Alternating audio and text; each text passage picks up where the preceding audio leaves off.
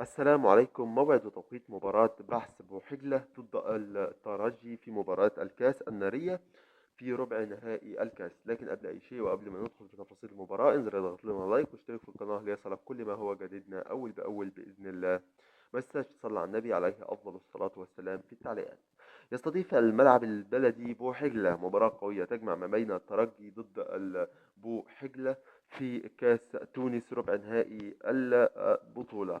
تاريخ المباراة هيكون الخميس 21/5/2026. وقت المباراة هيكون الساعة 5:30 مساء بتوقيت تونس والمغرب والجزائر. ملعب تونس ولا لا آسف.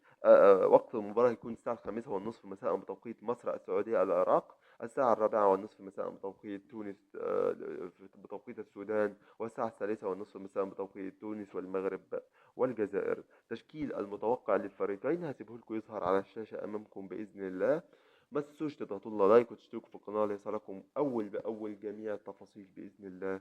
والسلام عليكم ورحمة الله وبركاته.